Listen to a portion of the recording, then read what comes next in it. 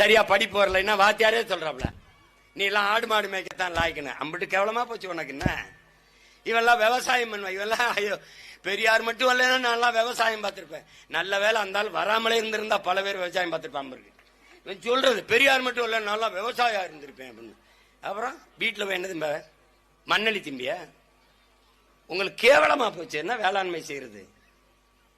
வேளாண்மை என்பது ஒரு வாழ்வியல், அதுபோல அரசியல் என்பதும் ஒரு வாழ்வியல், அறிவியல் புவியியல் போல அது ஒரு வாழ்வியல்.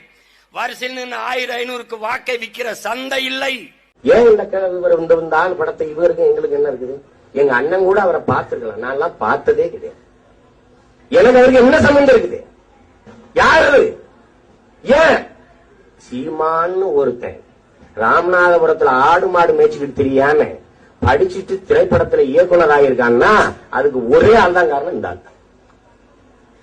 அந்த நன்றி கடனுக்காக சாகும் வரை, உயிர் உள்ள வரை அவர் என்ன பணியை செய்தாரோ அந்த பணியை செய்து சாகிறது முடிவெடுத்திருக்க. ஒரு குழந்தை கூட, ஒரு அம்மா, அந்த அம்மா கூட எந்திரிச்சு தாத்தாங்கிறாங்க. எனக்கே தாத்தா, அவங்க அந்த பிள்ளைக்கு முப்பாட்டன், என்னுடைய ஐயாவன், என்னுடைய தாத்தன், நான் அவனுக்கு பேரன். ஈவிகே இளங்கவனும் பேரன்னு போடுவான். நான் கொள்கை பேரன், நான் தான் நிஜம். எங்க ஐயா இருந்தா யாரு உன் பேரன்னு என்னை தான் சொல்லுவாரு, அவரை சொல்ல மாட்டார். ஏன் இவரை